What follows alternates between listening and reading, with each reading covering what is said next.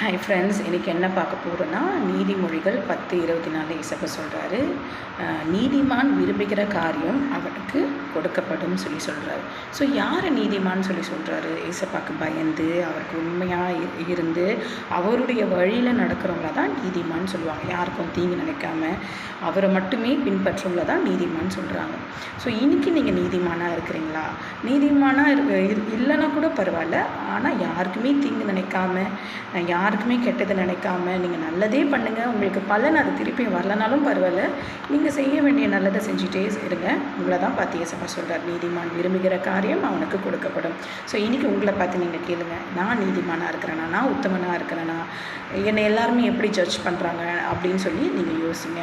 So நம்ம விரும்புகிற செய்கிற விஷயம் சிலவங்களுக்கு பிடிக்காது. யாரை பற்றி நீங்கள் கவலைப்படாதீங்க. உங்களுக்கு என்ன பிடிச்சிருக்கோ அதை செய்யுங்க.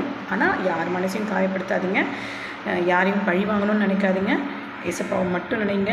தப்பான எண்ணமோ தப்பான பேட் வேர்ட்ஸு இது எதுவுமே பேசாமல் இருந்தீங்கன்னா ஏசப்பா உங்களை தான் பார்த்து சொல்கிறாரு, நீதிமான் விரும்புகிற காரியம் அவனுக்கு கொடுக்கப்படும். நிச்சயமாக நீங்கள் விரும்புகிற காரியம் அவங்களுக்கு கொடுக்கப்படும்.